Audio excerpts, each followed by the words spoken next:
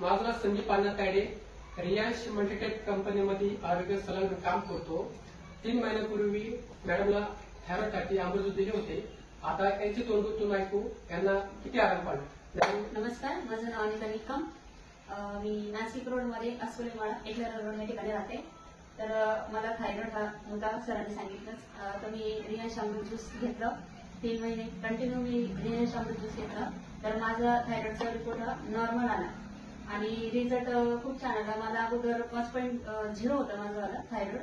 तर आता म्हणजे 4 दिवसापूर्वी मी रिपोर्ट काढला तर माझा रिपोर्ट 2.7 आला. तो रिझल्ट पण तुम्ही बघू शकता.